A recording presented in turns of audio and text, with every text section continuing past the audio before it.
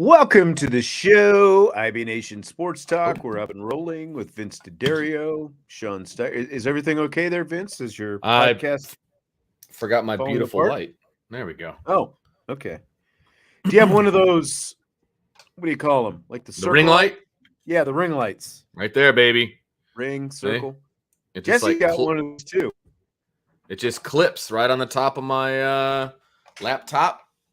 It's beautiful. Works great. That's what I hear. I don't have one. I've just got this old kind of clinkety lamp sitting in front of me and a light overhead that likes to blink all the time. So I feel like I'm sitting in like Fox Mulder's office, the X-Files, with my light. Like, the truth is out there, Scully. The truth is out there. And that's the problem. It's like, so I had the overhead light, but it was like weird because it was kind of coming at an angle. It's like, it was pretty inexpensive. I'll shoot you the link. It's worth it. It's worth your time. Okay.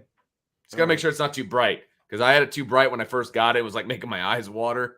Like, okay, we need to tone it down a little bit. We need to back it down. So, did you have a good Memorial Day weekend? It was very relaxing, actually. Did the whole yard work and the whole, that leading up to Monday. And then, of course, we had a nice cookout. The whole family came over. I was, the master of the grill. So it was good. It was fun. We got the badminton set out. We got the bags set out. So lots of games, lots of frivolity. It was fun. It was a good time. That's good. Frivolity, always good. and watch the Lacrosse championship. So I did that as well. Yeah. Well, congratulations, by the way, to Ryan Roberts and his wife on the birth of their daughter, Raina Ray Roberts. Congratulations to both of them on sleep in their near future as well. So, man, and they got like a 2-year-old or something like that as well. Mm-hmm. I mean, they are in the trenches, man. They are waist deep in the trenches of parenting. So, I mean, there's obviously, they're young phases. Though. They asked for it. They wanted this. So, yes, the phases of parenting, they are so early on in the phases of parenting.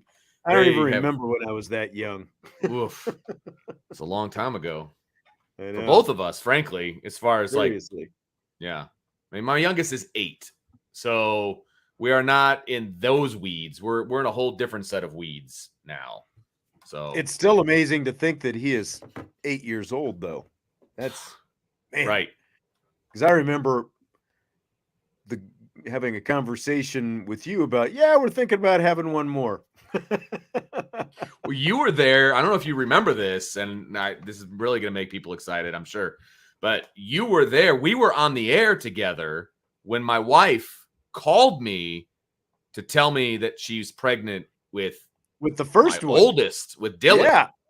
So we're talking like 17 years ago, and I'm freaking out. I don't know why she's calling me. I'm like, she knows I'm on the air. Like, what's happening? What's going on? And it turns out she was pregnant with our first child, and that was a long time ago. So you've been there for every step of the way, Stiers. I guess so. Jesse's 10-year high school reunion is next year. I know. How is that possible? I know. Yeah, I guess that's true because it's coming up. Yeah, wow. Right? This is 13. Yeah, 23, 13. Yeah, time flies. Time flies. Yes, it does. Yes, it does. Well, smash the like button if you would. Subscribe, rate, review. Vince is doing double duty today as a result of Ryan and the Roberts and their new baby. So he was on with Brian earlier today. Jesse's got a conflict-filled week. I'm trying to figure out how I'm going to put a show together on Thursday because everyone's out and about and doing stuff. Maybe I'll just get Dylan on and and have Dylan be my co-host on Thursday. He would do it in a heartbeat. I don't know if he has any knowledge about what you would talk about, but he's full of opinions. He does not take far off of his dad on that one. The nut didn't fall far from the tree on that one. I'm sure. All right. Well, our topic today, our actual Notre Dame topic, yes, is what would your priorities be if you were Notre Dame's athletic director? This was a question that came up. We were asked this question, I believe, during a mailbag within the last couple of weeks. And, we kind of said, hey, let's pump the brakes, hold off on that a little bit. Let's spend more than a couple of minutes talking about it. And so here we are. We're going to talk about it today. Couple things before we start. One, I'm not telling Jack Swarbrick how to do his job. That's not what this is. But I mean, kind of are. But again, we were asked this question, and so I think it's a legitimate question. There are a lot of things going on around Notre Dame, a lot of important things that have already happened. Two, I do think you kind of have to recognize, like we've talked before, like Swarbrick, he's been there for 15 years now, I think it is. And he's actually accomplished quite a bit. I know that when you're the Notre Dame athletic director and you've got a fan base, and there's always, just like the head coach, there's always going to be somebody ticked off about, what you are doing, what you aren't doing, whatever else. But like, think back and kind of go through the list. Brian, he hired Brian Kelly. And now you can hate Brian Kelly now if you want. You can, have hated him when he was still the head coach. But the fact is, they were swimming for a long time, looking for someone to stabilize the program. 3 head coaches, none of them could get it done.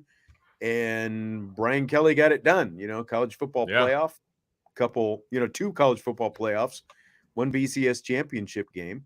I mean, he's followed that.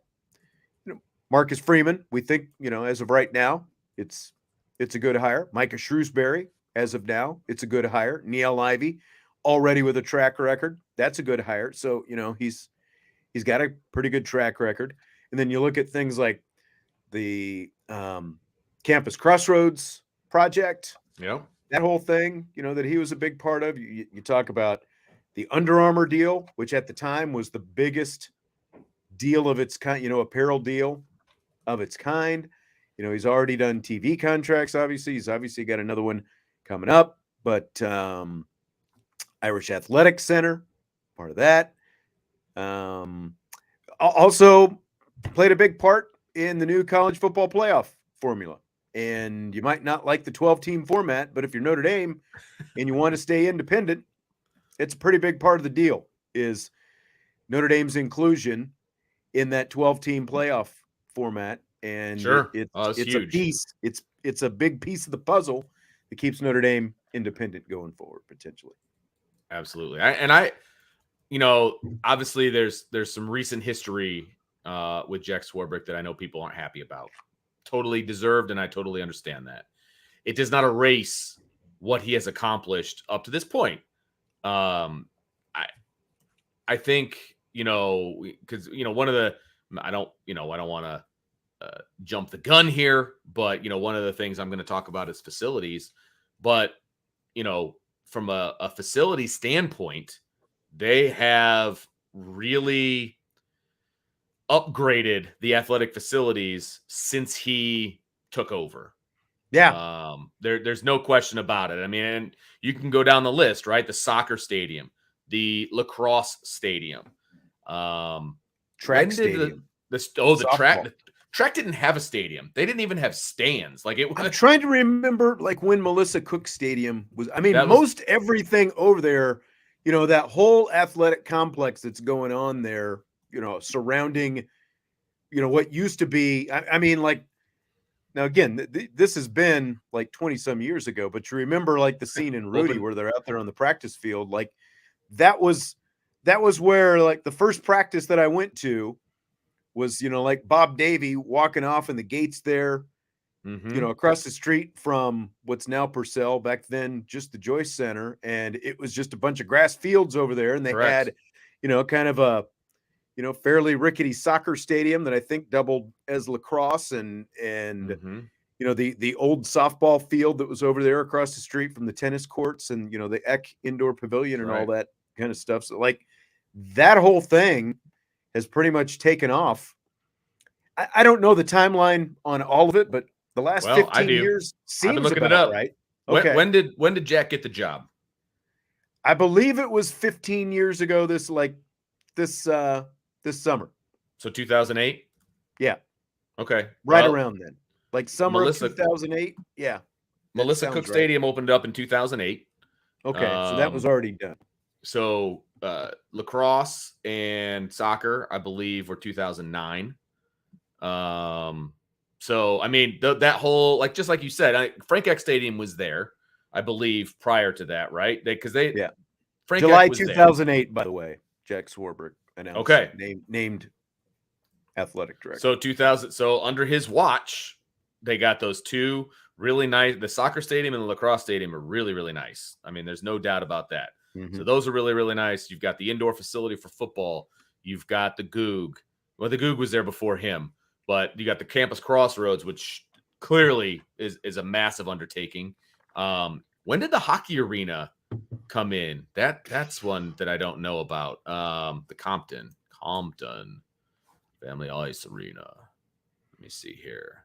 It's going to be in that same ballpark, but that's what I was thinking. Come on. I can't remember, like, when 2011 broken. Okay. 2011. So that's on his watch. So definitely well on his watch. Yeah. So, from a facility standpoint, I think they were doing a really, really good job. I will get into more about where they need to be going and continue to be going. But yeah, I mean, he has done a lot of really good things for Notre Dame.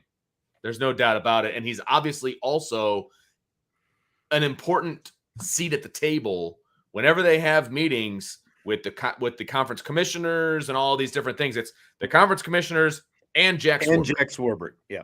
I mean, that doesn't just happen. I mean, they could have boxed him out, but he does a good job of making sure that he and Notre Dame are not boxed out. He does a good job with it. He just does.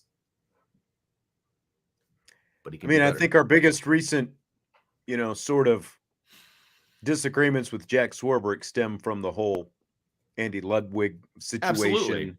Absolutely. Those kind of things, right? Absolutely. I'm trying to, yeah. I mean, that was the biggest thing. He sort of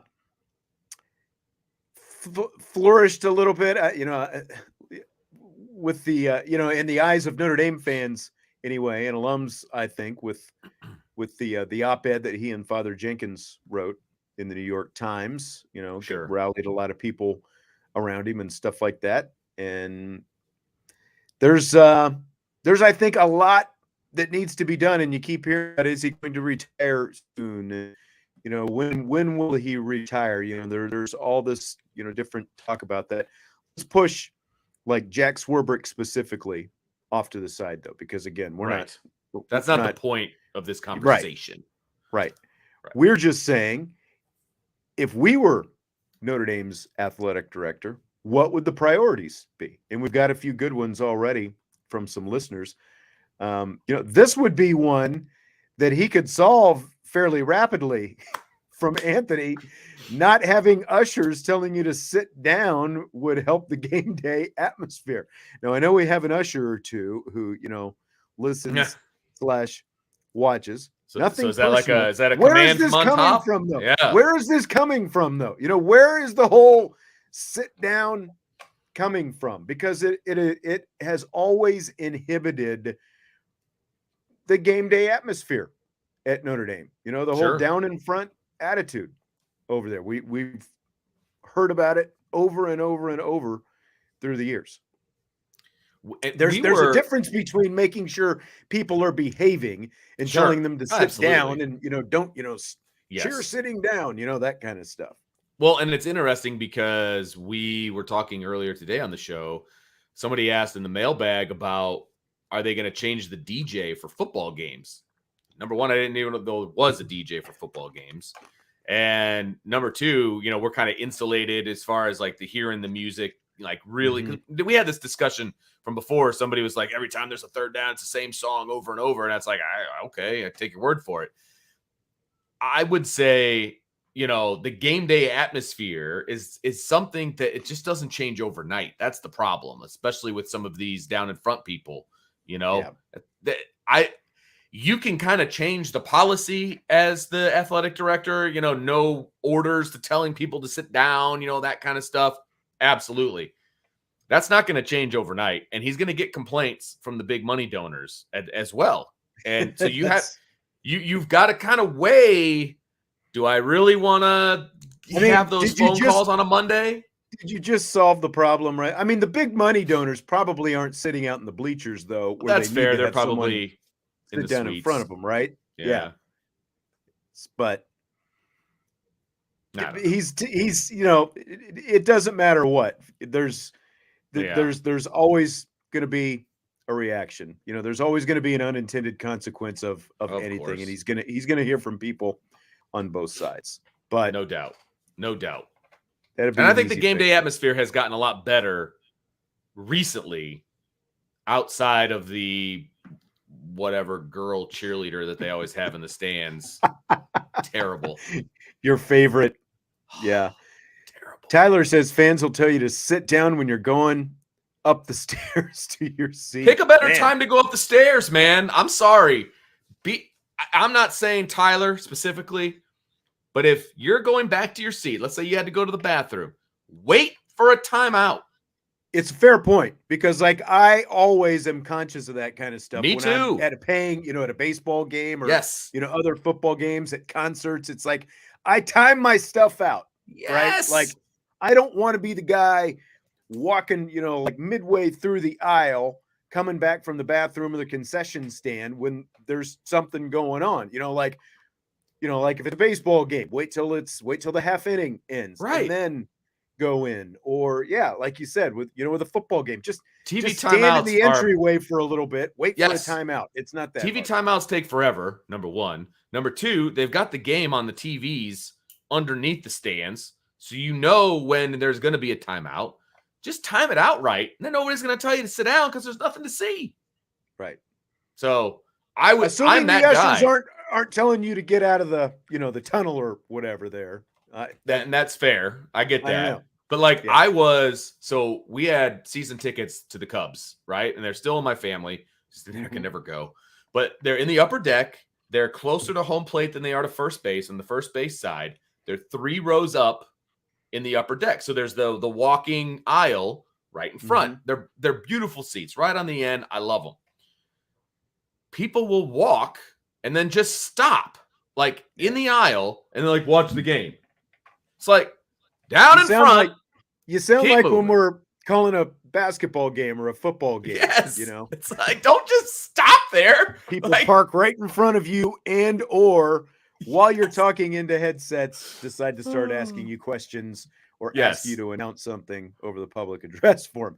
Hey, what station are you doing? What station are you on? Yeah. We've completely gone off the rails, though, yes, Vince. We have. Give me something that we can grab onto. If you were the Notre Dame athletic director, what's your first priority? So I've got kind of 2 categories, right? I've got the immediate and then the big picture, I think, is kind of how I broke this down. So for me, the immediate are coaches' salaries. Okay. I want to make sure that they're competitive with the top programs. And I'm talking not just football, but across the board. Okay. Across the board. So the lacrosse coach, for example, I have no idea how much he makes. He just won a national championship. He's been there for 35 years. Is his salary commensurate with Duke, for example, who has 3 national championships under his belt? And what about all the assistants, right? So across the board, I'm going over all the coaching salaries at the university because I want to make sure that they're competitive, because I know some of those not alternate sports, the minor sports, right? They're not Olympic sports. Olympic sports. They're not commensurate with the other programs around the country. And that's not okay. We're at Notre Dame. Everything should be on par with the other top programs around, the area or around the country. So that's how are you going to pay for it, Vince? How are you going to pay for it?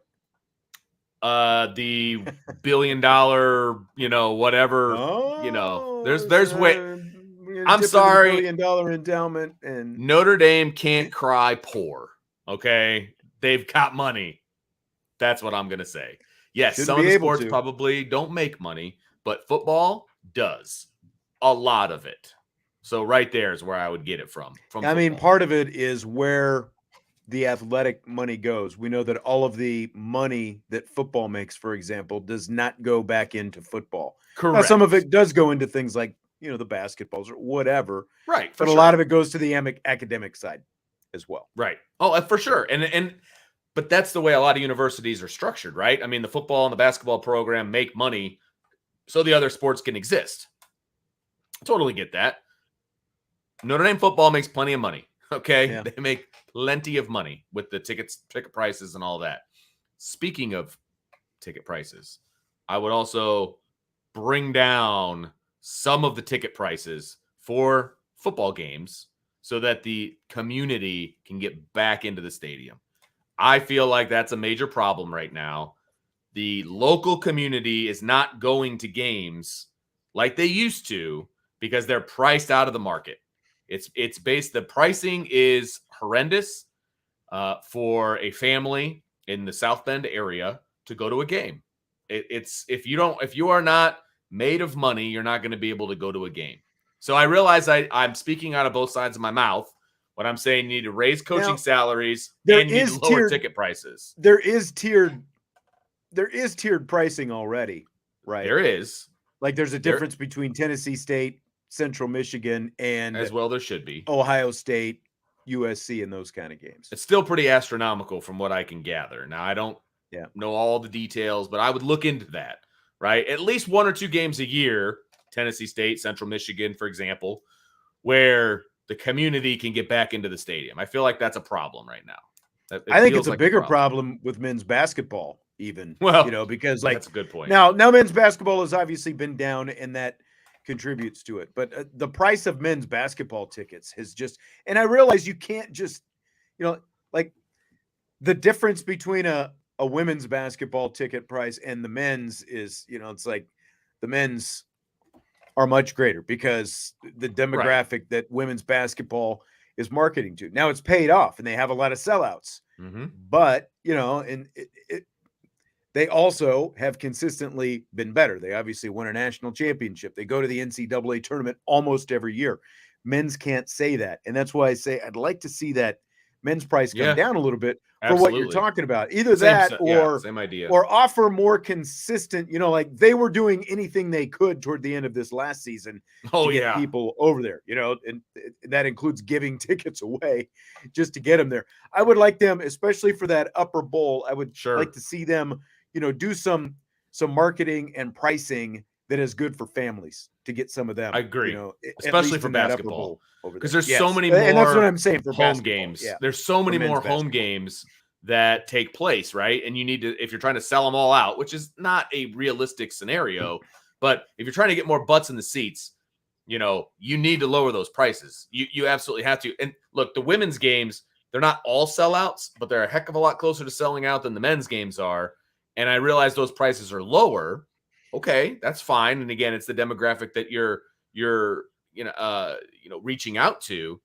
But I feel like women's basketball is self-sustaining to a degree too because of that, right? You get more consistent full houses. You're making more money, even though you're charging a little bit less. You're selling more tickets more often. Exactly. Yeah. That's the point. Absolutely. Right. So yeah, I agree. I think that the ticket pricing thing goes all over. And I do like the fact, by the way, that you can get into, and I think it's still the case, the Olympic sports for free. Outside of basketball, obviously, but like baseball, softball, you can just go. And I think that is actually something that they have done that is awesome to get into. Yeah. So that's a good thing. We're Not Marshall said Lacrosse field was a donation. I mean, basically every facility is a donation. They won't break ground on a new facility until they have raised all the funds that are going to pay for that. Right. They get all their bids. Right. They say it's going to cost $15 million. They are not dropping a shovel in the ground until they have at least $15 million in hand. That's right. And look, so and it's all from donations. Look, yeah, donations. The indoor facility that was built for the football team and the soccer team, but mainly the football team, the majority of that money came from one guy. Now they didn't name it after him because he chose not to have it named after him, but it's all comes from donations, all of it. But it still has to be orchestrated and planned by the athletic director. There's plenty of people out there that want to give money to Notre Dame for specific things. For example, there have been people that have wanted to give money to the baseball team to get a better scoreboard out there, as an example. But those people have been told, well, you also need to donate the money to do a softball scoreboard as well. Right. Like, I don't know how I feel about that. You know what I mean? Like that, and I people will scream Title IX and all of that. Oh, that's what it is. That's exactly. And I get it. They've got it's like, yeah. So there are plenty of donations out there. I just would like, update facilities, all that fun stuff. You've got to keep up with the Joneses on a lot of this stuff. And I guess I'm trampling onto my next point. Why don't you say one? Well, and that's what I was gonna, like Wade is talking about. Get out of NBC and a better TV deal, 10-year deal with Nike, updating facilities, stop being cheap. I mean, the stop being cheap, I think, is that's a little harsh. Yeah, but at the same time, right, they can shell out a little bit more money of their own. I mean, the NBC, whatever the TV contract, I don't care if it's with NBC or not. The TV contract is the next big thing, and that is maybe the biggest priority right now, considering it. But there are other things that we'll discuss that are going to go along with it. But getting that TV contract done is the big thing, and they've got a couple years left on it. So I'm sure that there are at least some kind of talks going on. You don't have to get out of NBC. You can stay with NBC if that's the best deal. They've said up front they've got to have, a much bigger contract this time around so that they can be closer to where the Big Ten and the SEC are in terms of their revenue. I mean, that is the last piece. We talked about. He's got the college football playoff thing done. He's got to have. If you want for Notre Dame to stay independent, they've got to have the TV contract. And along with that, though, even though this is largely out of their control, you probably need to be having conversations with different entities about what happens if the ACC actually does fall apart. Because then where's Notre Dame going if the ACC falls apart? Because you do have to have a place for your Olympic schools. Or Olympic sports. Olympic sports. Yep. Nope. Agree with that completely. That the TV deal is front and center. I do care if it's NBC or not, because if it is whoever it is, here's what I'll say. You're right. I don't care who it is, wherever the money train is going to come from. It doesn't matter to me. But as an athletic director, as the lead of the athletic department, I would want more say in how it is done. I feel like the NBC broadcast is not great. I feel like it is an afterthought for NBC. I feel like Notre Dame football is an afterthought for NBC. That's a problem if I'm Notre Dame. You want to be the exclusive TV holder to Notre Dame football, I need you to take it a little bit more seriously. No. So that would be part of the negotiation for me. I think they already have input. It's not a coincidence. They're giving the wrong Notre Dame. It's not a coincidence. I've said this before. The play-by-play announcer last season on NBC has more than just one connection that got him in that seat. It's not his dad. The fact that he's a Notre Dame grad, a recent Notre Dame grad, played a part in it as well. So that's, and going back to the Campus Crossroads thing, part of the Campus Crossroads was the broadcasting curriculum that they developed, and they house all that stuff there inside Notre Dame Stadium. They've got TV studios and in I guess the ground level. I was going to say the basement, but inside, all of that, and that's part of it. You know, like you've got a Notre Dame grad who is calling Notre Dame men's basketball right now. They were talking to a Notre Dame grad, Mike Monaco, about the radio position a few years ago before Paul Burmeister ended up with it. But, like that whole deal, like that's the craziest part is like Monaco is probably in terms of quality, the best Notre Dame alum calling games. He's working for ESPN and he also works for the Red Sox. He calls Pawtucket, He's actually AAA good. Red Sox, and he fills in on Boston Red Sox games. Yeah. And so they were talking to him about that radio job, but they wanted him to only do the Notre Dame radio. And he's like, I got a lot of other things going on. And look at what his career has become since then. I mean, for him, it would have been very tempting if you were a young guy like Monaco who was still in his 20s. He's at least was at that point. He's probably right around 30, ish right now. But like to be in that position, to have the chance to call games for your alma mater and tell him no because they were limiting what he could do with his career if he had accepted that job. And his career is continuing to take off right now. Like that's the guy you would want in that seat. But where he is now, he's got a million other opportunities since he's been working for ESPN and the Red Sox. So let me rephrase what I wanted to say. The Notre Dame influence on NBC needs to change. How about that? Because it's better focused. Bad. It needs to be focused differently. And I think that's appropriate. And I don't know if that's Jack Swarbrick. I don't know if that's higher up than Jack Swarbrick. You know what I mean? Like, oh, it's got to be a Notre Dame person. It's got to be this. It's got to be that. It's got to be different is what it has to be. The quality has suffered because they're insisting on having Notre Dame people be involved. Notre Dame doesn't even have a broadcast school. I mean, or at least a very young one if they do now. Like, it's just... No, they do. And that's what I'm saying. Like that, again, that's part of the campus crossroads. And those guys, like Simeone doing men's basketball, Monaco, Collinsworth, they all started out in that program there at Notre Dame. And those are feathers in Notre Dame's cap when they have those kind of jobs. It is to a degree because I feel like anybody that's actually in the broadcasting gig, there needs to be quality over. Right. I feel like anybody that's actually in broadcasting outside of here looks at that and they're like, well, they're just putting their own people there. Like that, you know what I mean? Like they're not like, wow, they must be good if they're calling Notre Dame games.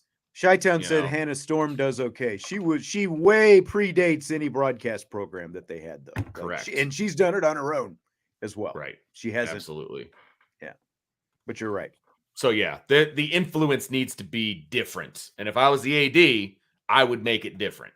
And I'd be like, look, we're going for the best of the best. But that's part of that. Whoever you're going to be a TV partner with, you've got, and we talked about this, I think a week ago, Marcus Freeman going to the Kentucky Derby, Bavacqua, who's, I think the president of NBC Sports right now, he's a Notre Dame alum. So you have, a Notre Dame guy there. So there's obviously some give and take on this whole thing, but it just needs to be refocused to make sure that you're putting quality first. I think in a lot of this stuff. I think that's your biggest point. And it hasn't necessarily, from a production standpoint, I think that there are things that could be better as well. Mm-hmm. But, that's going to be part of the negotiation. Notre Dame has shown before, it's not just going to be money, but it is also going to be having a TV partner that is going to work with you on certain things. Sure. Like scheduling, for example. Yeah. I think that there is still a lot of give and take there on the scheduling, like game times, kickoff times, those kind of things. You've never seen a noon kickoff time, local time for Notre Dame, as long as they've been a partner with NBC. And I don't think that you would see what, and again, like if you're going to start talking to other partners, whether it's CBS, Fox, or ESPN, those factors have to be a part of it. Yep, absolutely. So the TV deal obviously is huge right now. You need to make the right deal. You need to make the right decisions on who's involved. Like that's major. That's big time major for me. After that, I think the most pressing time-wise thing, so this is the short term, would be the apparel deal. And I know that that's on a lot of people's minds about how they're going to operate with that and what direction they're going to go and how they're going to do that. I mean, that's all. It is very important. I have gone on record as saying, kids aren't making a decision on a school based on the apparel. Okay. But it's still very important once they're here. And I have good things to say about Under Armour for a lot of ways and some bad things to say about Under Armour. Right. And so I think it's a situation where if you're Notre Dame, all options are on the table. Like, give me your best offer. How are we going to work together on this? Right. Because I think that's also a very important piece. Right. Because they do like the Shamrock Series uniforms, all of these different things. So how are we going to work together? What is this going to look like? And what's the final price tag on this thing? Like, all offers. Give me your best offer and let's chat. And then you get rid of all of them but 2 or 3, and then you pin them against each other, and you get the best offer that you can get under the right circumstances. I've heard that something could be brewing. Something could be happening this summer along those lines. I believe it. Yeah. Yeah. Because I think it expires next summer, right? Is that right? Or is it 25? Yeah, this basically next July 1st is when the new contract so 24 would kick in. So this will be the last academic year as of right now for the current deal. Yeah. Okay, because I remember when they switched over from Adidas to Under Armour, it happened on July 1st, and I'm on campus all summer, and it was a pretty stark, like, the next day it was like, whoop! It's like everything is different. Everything is different, and it would be interesting to see another transition like that. But that would be a huge priority. Would be the apparel deal that's coming up. Jason said Jumpman's on NASCAR, so it's gone way beyond just being a basketball brand. I know that's got to make Vince happy. Yeah, good for them. On NASCAR. They're on all kinds of stuff. That doesn't mean I have to like it. And trust me, he don't like a lot of things. Nope. And I will stick to it. Like, the Jumpman brand, awesome, great. Come up with a different logo. I just don't like the fact it's a basketball player on NASCAR fire suits. Just don't like it. Sorry. I'll be an old curmudgeon on that one. Thanks for the super chat, Anthony. He says, thanks for the extra show today, Vince. No problem. Appreciate it. Get to do it with two of my favorite people, Sean and Brian. Working overtime. I appreciate it as well. I would just say that along with both the TV and the apparel thing, NIL needs to be there needs to be some creative thinking on the NIL front. That goes along with those TV contracts. Like maybe some of the money from the NBC deal, however much that it happens to be, goes into NIL. And that's always going to be sort of a balancing point for Notre Dame, is to what degree they're willing to get into NIL. We know that they're not going to pay for players up front, but we know that there is money there as well. So if you have both your TV partner and your apparel partner, who are, putting resources into NIL, I think that is going to go a long way. And, like I've said before, like Under Armour is a part of it right now. To what degree, I don't know. But I think that when you have these new deals coming up, you just need to make sure that that's part of both of those deals. And it's a new thing, right? I mean, they're making these deals now that NIL is legal, and you do it the right way. You can have athletes model in your catalog, for example, right? I as a baseball coach, I got an Under Armour, Nike, whatever. I got all their catalogs every year, and they would be modeling the different kinds of uniforms. And they would be like Under Armour, for example, would be modeling the Notre Dame baseball uniform in the catalog. Why can't that be a Notre Dame baseball player? And he gets paid to do that. You know what I mean? And softball, et cetera, et cetera. So why can't that be a thing? That needs to be worked into the contract, in my opinion, right? And I agree with you. Some of that TV money can go into a kitty for these players, and everybody gets a cut of that. There's all kinds of things you can do from an NIL standpoint. Audric Estime a couple weeks ago when they opened up that new Dick's Sporting Goods, he was doing an autograph session out there one of those days that weekend. It was just a couple of weeks ago.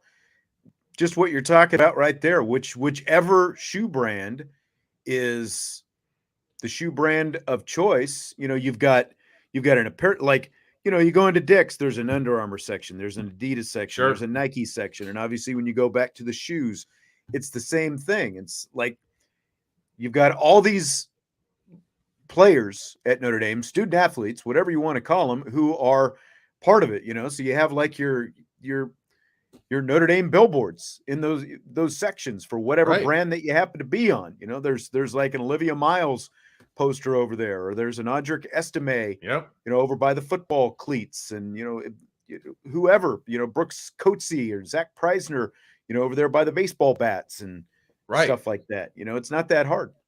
Absolutely. And that can be, and not just Dick's, obviously. I'm just using that as an example. Right. But you can do that nationwide. You can do that locally. All of that is possible and not very difficult. Like, you and I are coming up with these ideas sitting in front of a computer. Like, there are people smarter than us that should be able to come up with this stuff and put it into the deal so that it benefits the student athletes as well as the school. And now Chi-Town says Coach Freeman needs to have his own line available to the public. Absolutely. And that's a very good point. But again, what's to stop once Olivia Miles becomes the kind of star that she is? I see Livy Dunn, that LSU gymnast, she's on TV selling like the stretchy sweats and stuff like that, and like the activewear kind of thing, whether it's Olivia or Sonia Citron, or again, whatever football play, whoever it happens to be, if they're out there in the zeitgeist, you can have a little collection that involves them. I think that makes perfect sense. And Marcus Freeman is the prime example. We've said before, he's a walking billboard. Yes. And like everything he wears is freaking I think cool. he wore something else this weekend that I've never seen sold anywhere. The hat? That hat well, that he there was wore? the hat. Was that, have you seen that sweatshirt that he had? With the huge ND on the front? Have you seen that? I don't think so. Anywhere? I haven't either. I haven't seen anything that he's actually worn. Like, he wears a lot of stuff with the giant leprechaun on it. Mm-hmm. Like, there's some really cool stuff that he wears that I would absolutely go out. Well, I wouldn't absolutely go out and buy it because it's probably like $100 for a hoodie. But put it out there to the people that want it, and you're going to make a ton of money. You're going to make a ton of money, because how many times have we heard in the chat or elsewhere, man, I would love to get that hoodie. Man, I would love to get that hat. Make it available. No doubt. Yeah. Lens crafters. That's funny. Perfect idea. Olivia should be a spokesperson for Lens Crafters. All right, what else, Vince? You got anything else? I mean, I think we've hit the big stuff. Really. Well, the long-term stuff. So, like, I kind of talked about facilities. I think Notre Dame was in a really good place with facilities about 15 years ago. Everything was new. Everything was great. The Goog was state-of-the-art, all these things. You got to continue. You have to continue to pour money into these things to keep them up to date. Like, the baseball stadium needs a drastic renovation. They need to upgrade the baseball stadium, for example. Back in 2002, 2003, when you first started, baseball stadium was state-of-the-art compared to the other places you were going to in the Big East. Right. But now, not so much. Like, they need to upgrade. Okay, that's just one example. They've upgraded the track. That's awesome. I think they probably have one of the nicer track But again, facilities. You got to go out and get donations. You do that. But that's your job. See, like, I don't know. Like, they've done some stuff at baseball, and, based on what you were talking about with the scoreboard, I don't know how much maybe, sure. They added like a players back. Lounge and some things like that. Mm-hmm. The locker room is really nice. I saw that last year. It has come leaps and bounds beyond where it used to be. The locker room situation, so they've done some stuff, but like, they really need to upgrade. And you're right. Maybe they have to upgrade softball as well. Softball stadium's pretty nice from what I can gather too. So they just need to continue. They both need new press boxes. I know that. Well, that's a fact. Yeah. They need to continue putting Size money into is the a major facilities. issue in both of those facilities. Yeah, absolutely. Yeah, for sure. especially if you want to continue to have it. Like like softball hosted the ACC tournament this year, and I saw, I think it was someone from the Observer tweeting, he's getting kicked out of the press box because there's not enough room, because there's, there's just not much room up there. Right.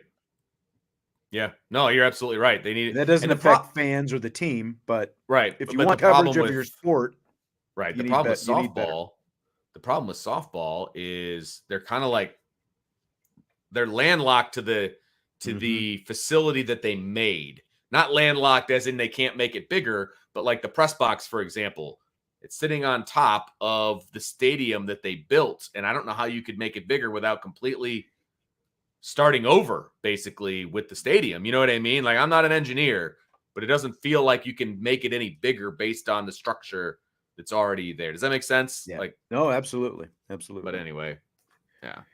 No, but I agree with what you're saying. There's a lot of, like the Goog is the biggest thing that is still kind of out there with, and again, like you can make fun of Brian Kelly about the nutrition aspect and all that, but that is something that I think that is going to need to be addressed between, technology upgrades and the nutrition side and some other things that they want to do in there. There's a lot, I think, that needs to be done. The problem with almost every facility is the minute you finish it, it becomes outdated. For sure.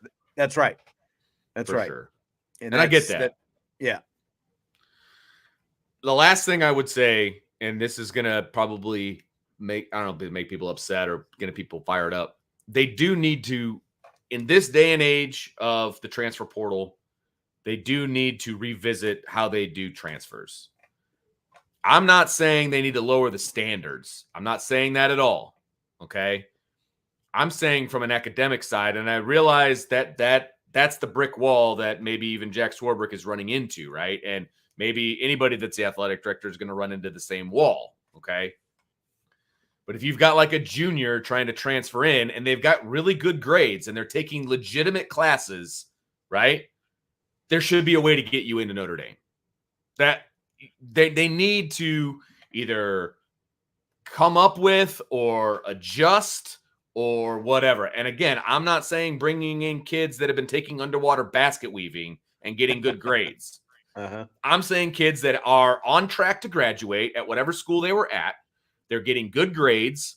They're, all of those things. There should be a way, if they're smart enough, if they're academically capable, to get them into Notre Dame without them being like, well, none of your classes will transfer to this, major. We can't get them in. There's no way. There needs to be a way. So I will say that. Not all of that is on the athletic director, obviously, but there needs to be some pretty heavy discussions on how all that works. I would think. Right. Because I feel like they're turning away kids that could still be academically successful at Notre Dame, but because they're like a junior status, there's no way they're going to get in because they're too far along already on whatever major route they need to be. Well, you're not going to get a degree, so why should we waste our time and that kind of stuff? Yeah. So they're pigeonholing themselves with the whole transfer portal, right? So it needs to be figured out a little bit more, in my opinion. I mean, Jerome Bettis came back 30 years later and got his degree. There are plenty of people who come back and finish or can continue down that line, and if they don't end up being professional athletes, which, as the NCAA likes to remind us, most of them don't end up being professional athletes. They go pro in something other than sports, right? Yes, and we are reminded of that constantly. Yes, as soon as the tournament starts. All right, a lot of good stuff. Vince, are you ready for some rapid fire? Oh, I've been waiting all day for rapid fire. I've been on the air since 1 o'clock. I'm ready for rapid fire. Let's go. No rapid fire. Here we go. Fill in the blank. Notre Dame signing former Penn State former Penn State running back Devin Ford out of the transfer portal is blank. Great insurance for the 2023 season. I think this signing is a high ceiling, high floor decision. They're playing with house money. They had some extra scholarships available. there's obviously some question marks about injury, about true freshmen, all these different things in the running back room, right? Well, I think that this is a nice insurance policy in case something happens to Audric Estime. You got a great number 2 guy right there, ready to go. This is great. You don't have to move Chris Tyree over. You don't, that they're one injury away from moving Chris Tyree back to running back, right? He can just stay over there at the slot, get better. Perfect. It's just an insurance policy, and I think that's totally fine. I think they had the scholarships to give. I think it's best case scenario for the kind of running back that you would hope to be able to get out of the transfer portal. I mean, it's not like you're getting chump change out of there. The guy was an elite running back in the 2019 class. He was the number 1 running back in that class, 40th rated player in the nation. He's had some injuries in his time at Penn State that have kind of held him back a little bit. But if you're Notre Dame now, just what you said, you don't even have to worry most likely about moving Chris Tyree back in there. You can just let him do his thing as a receiver, and maybe even, maybe you take that slash off his title, because during the spring they listed him running back / receiver, whichever order that was in. But you've got 5 running backs now. You're back to 5 with Ford coming in, and he's a quality running back. So you expect that he's going to be able to challenge for some time right away. And he's also got 2 years of eligibility left. This is actually a little bit of the, kind of the guy that you were just talking about, who, they've had some trouble getting in here, but right. Apparently he's got his academics in line because they were able to get him in here. And so again, I think it's best case. You've got a guy who will make your running back room better and more competitive. Like you look at an insurance policy for Jadarian Price, even, not knowing what's going to happen with him with his Achilles. So I think it's great that they were able to go out and get a guy of this caliber that they can plug in the room. Like if Audric Estime has the kind of year that we all think he's going to have, he's going to be gone after this year. Absolutely. So you needed another back of this caliber. Well, and it sounds like he's very similar in style to like a Chris Tyree. So you do kind of have that thunder and lightning, as Irish Chi-Town put up here. So he's kind of a slasher, right? So you got different styles, which is good. And so if he can stay injury-free and everybody stays injury-free, it's a win-win. I mean, it's a win-win. There's no downside to taking him. You had 2 extra scholarships, I believe. Why not use it to bolster your running back room?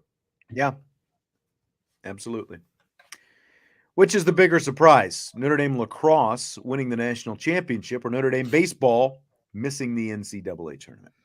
Well, I will plead ignorance on the chances of the lacrosse team doing anything. I know that they were good. I remember, what was it, during spring ball? They had like a big game and the whole football team was out there on the berm watching them. Remember that? I think they were like the number 2 or number 1 team in the country. So I knew they were good, right? I've known for about a week and a half now that Notre Dame wasn't going to make the NCAA tournament for baseball. Maybe even longer than that. But I think the reality hit last week when they totally bombed in the ACC tournament, but then Boston College, and you just work your way back, right? They did not finish strong, as they say, right? So pretty much was on board with Notre Dame not making the NCAA tournament. So I will say I was more surprised that the lacrosse team won the national championship, because I knew that the baseball team wasn't going to get in. I was more as well, and it kind of came around, like a little bit of a lightning rod. It's like, oh, they're in the Final Four. That's cool. And then they, narrowly, they kind of had to knock, they knocked off Virginia to get to the national championship game, and then they end up beating Duke, which was a number 1 seed, to win the whole thing. And I was unfortunately not surprised the way Notre Dame baseball season wound up, that they got left out. And they ended up, I think their RPI was 54 or 55, and Kansas State was right next to them. One was 54, one was 55. And the Kansas State head coach today, he tweeted out a long quote.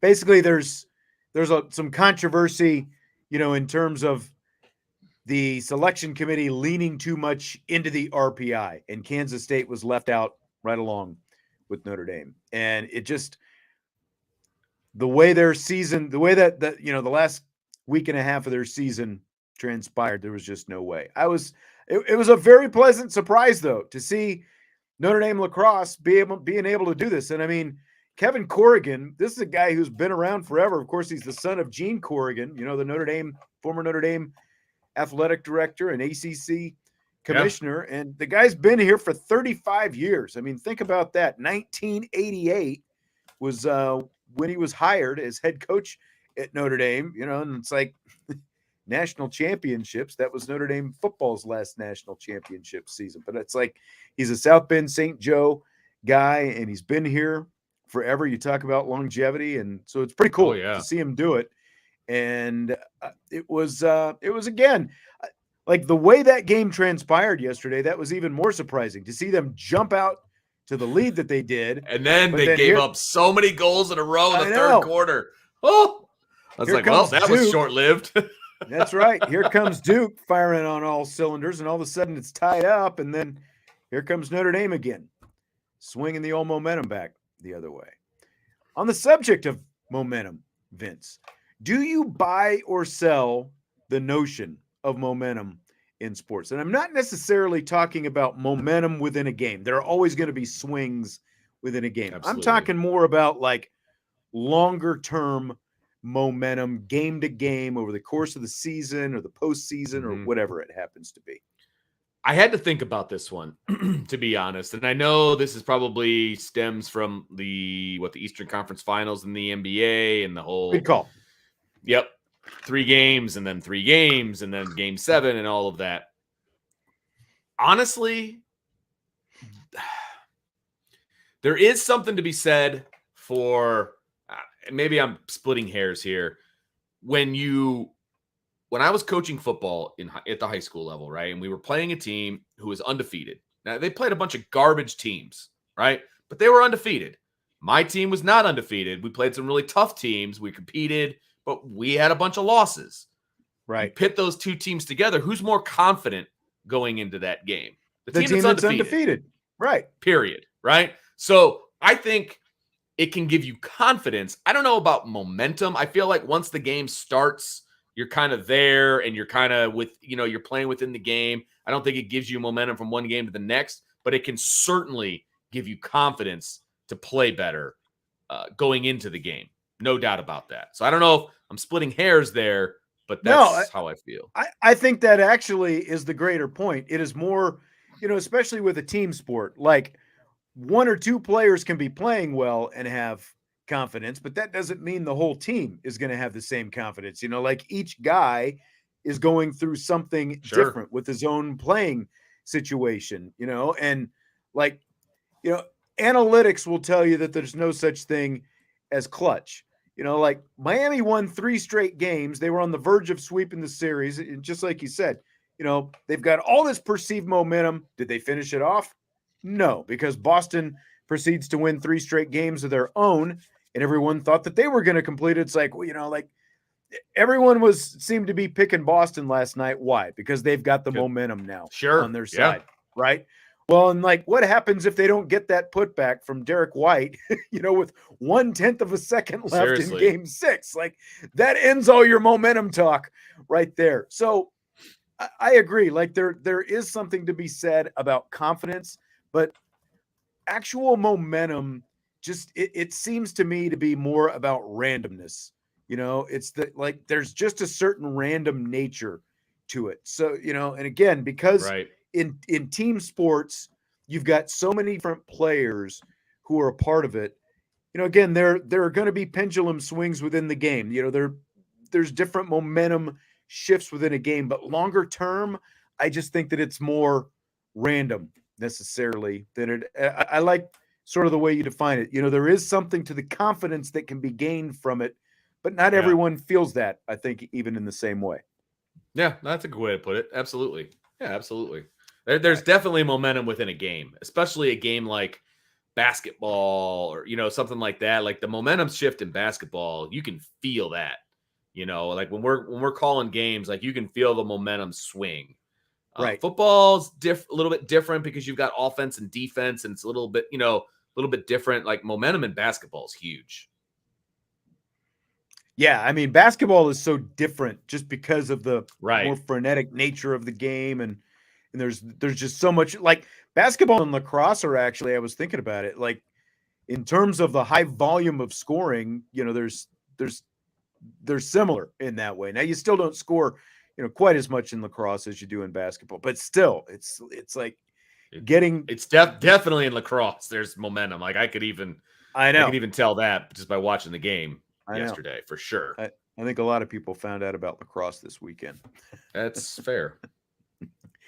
All right, we're continuing on our run of predicting records for the upcoming college football season. So Florida State has a Vegas over-under of 9.5 wins. So let's predict their record. Here's their schedule. Right. They start off with LSU. Then they play Southern Miss. They're at Boston College. They're at Clemson. They've got Virginia Tech, Syracuse, Duke, at Wake Forest, at Pittsburgh, Miami, North Alabama, at Florida to close out the regular season. So over under 9.5 wins for Florida State this season. Wow. So do we want to go through each team, or am I just going by, like, I quickly went through it and I think I have 9-3. Okay. So I guess I would have to take the under. And I'm not 100% confident on some of the wins. You know what I mean? Like, I feel like they could go either way. So I guess I would take the under. Like, when you look at LSU and at Clemson in your first 4 games of the season, those are 2 L's for me, for sure. Yeah, I mean, even as good as Florida State was last year, Clemson has won 7 straight against the Seminoles. That includes last year. And, they're at Clemson this time. Confidence going into that game. Okay. That's right. That's right. What kind of momentum you got? Yeah, I agree. Like, LSU, Clemson, I think those are both losses right there. Mm-hmm. I had Florida as my other loss to put them under that 9.5. But I think Duke could go either way, to be honest with you. Maybe that's the only other one. I don't think Pitt's going to be very good, but you never know with Pitt, right? And it's at Pitt, so I guess there's a chance there. Get the Phil Dracovic factor. Right? And the Phil Dracovic, like, he's got so many injuries that I just am not confident he'll make it through an entire season. If he does, then I would give Pitt the edge in that game, I think. But I have to learn more about Pitt, I think. Yeah, now here's something interesting as well. The Seminoles, Vegas has them as the favorite to win the ACC championship. Wow. Right now. Like if you go to FanDuel, they're plus 165. They've got the best odds in the ACC to win ACC championship. Clemson has the second best odds, followed by North Carolina, Louisville, North Carolina State, Miami, Pittsburgh, and Duke. So it's interesting that Notre Dame plays 5 of the top 8 ACC teams that are favored the ACC's to win garbage. The championship. Sean, you know this. Just listen to the fans. Yes, I know. They don't help. I do think that Florida State loses to both LSU and Clemson, and then between Duke, who I'm not as high on this year. They're lucky they're not playing North Carolina. Yeah, I know. And then Miami and Florida, I think they lose one of those 3 games. That's fair. So I've got them 9-3. Yeah, I think that I would give better odds to win the ACC championship to Clemson and North Carolina before I would Florida State. Mm-hmm. I really would. Now, remember, ACC is not doing divisions this year. It's just the top 2 teams. Oh, they're really lucky they're not playing North Carolina then. Yep. So, yeah, I would still give better odds to those 2 teams over Florida State this year, going in anyway. I mean, I know they're kind of the sexy pick right now, and I don't know that I see it yet. Me too. We talked about, I think it was last week, I think Jesse and I, we talked about who some of the most overhyped teams in college football are right now, and Florida State is mine. I'm not buying all in. The last time they had back-to-back 10-win seasons was in 2015 and 2016. 16. Just because you have one good year doesn't mean all of a sudden. Now the schedule is fairly conducive to getting to at least 8 or 9, but again, 10 is the question because the over-under is 9.5. Are you getting to 10 again? And I just don't see it. That's a lot. That's just a lot of wins, and they're going to have a lot go their way for that to be the case. Right. A lot.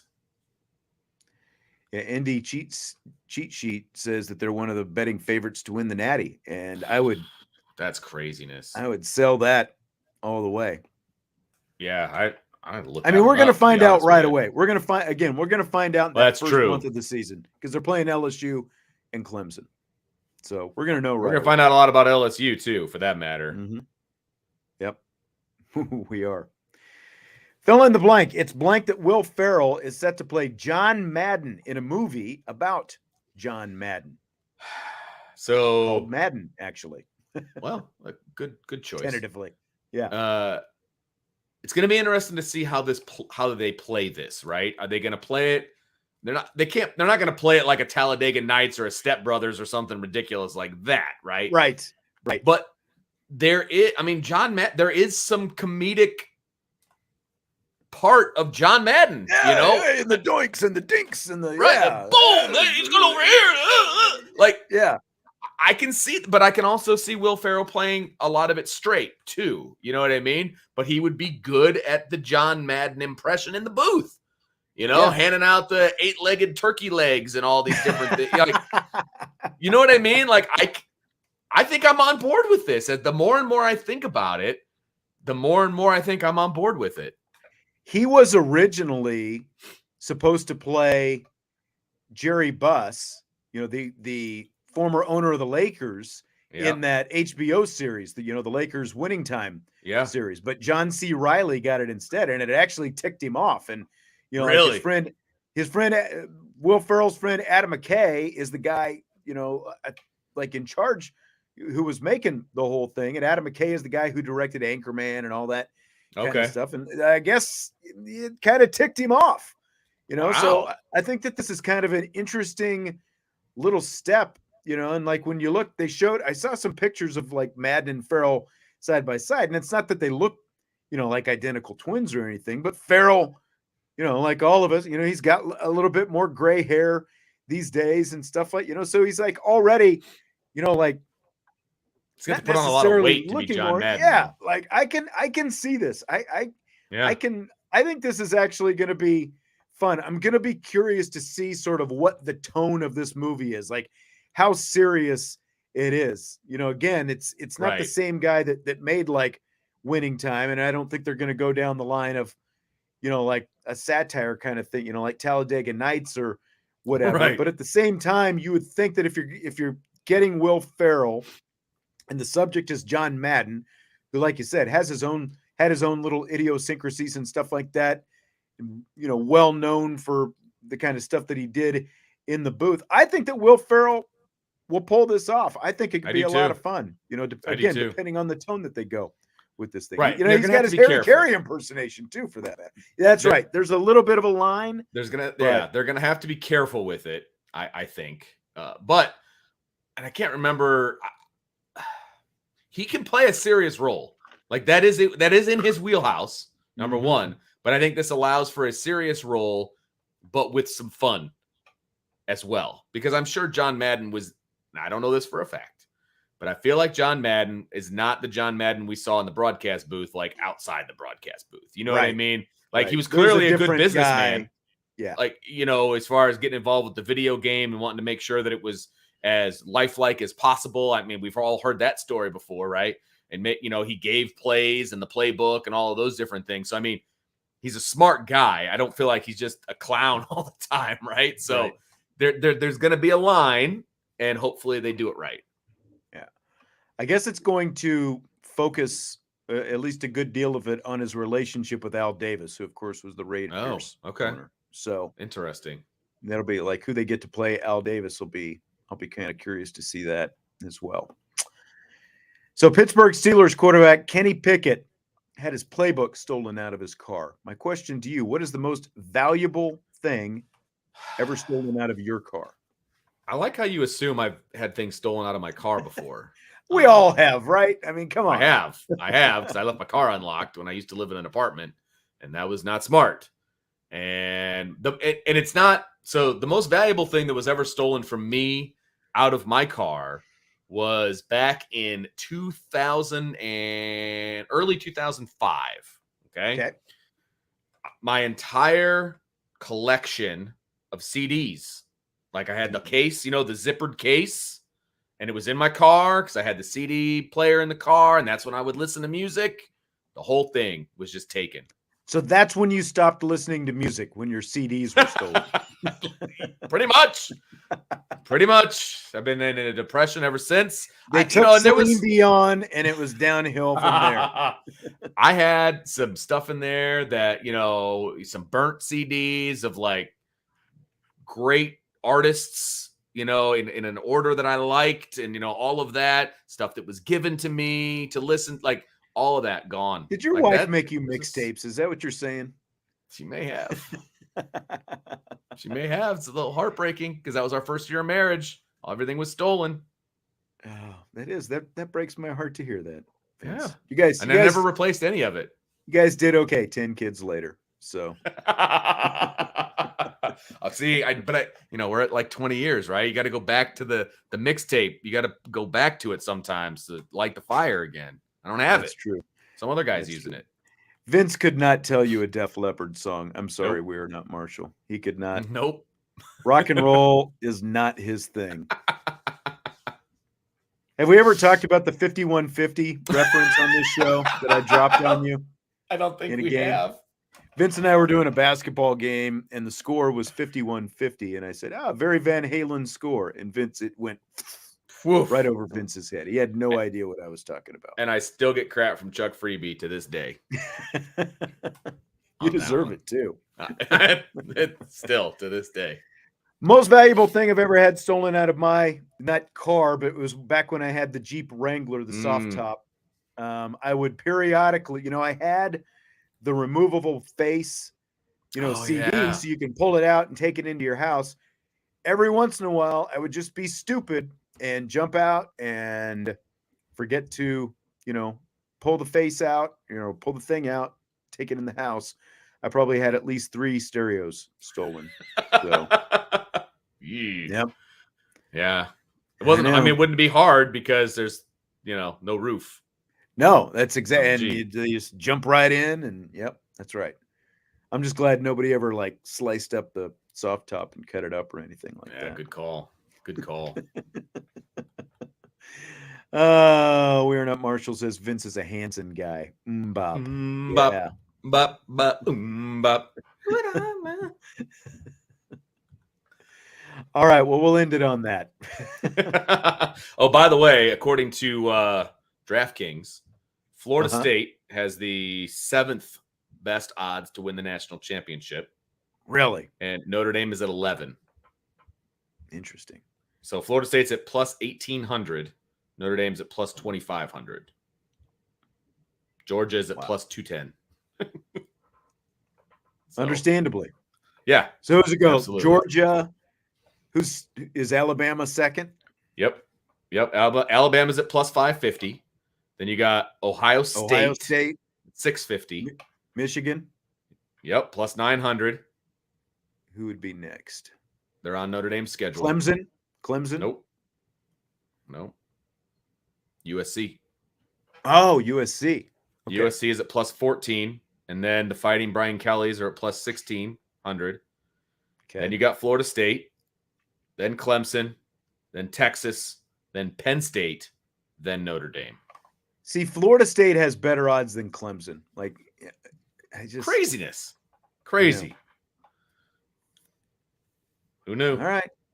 Yep, that's where we're at. So, yeah.